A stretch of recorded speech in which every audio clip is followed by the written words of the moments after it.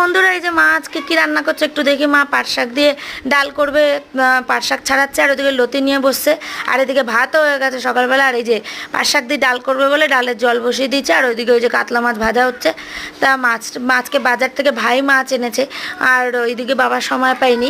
তো আমি বললাম যে মা বললো দই কাতলা করবো। আমি বললাম না, গরমে আর ভাল লাগছে না, এটা ওটা সেটা আসার পরে খেয়েই যাচ্ছে, একটু পাতলা কিছু রান্না করো। মা বললো ঠিক আছে, তাহলে আলু ঝিঙে দিয়ে পাতলা করে ঝোল করে। আমি বললাম ঠিক আছে করো, ওইটাই দারুণ লাগবে। আর আমি বললাম ঠিক আছে তুমি পাট শাক ছাড়াও, আমি একটু লতিগুলো ছাড়াই, আমি তো বসেই রয়েছি, কিছু করছি না।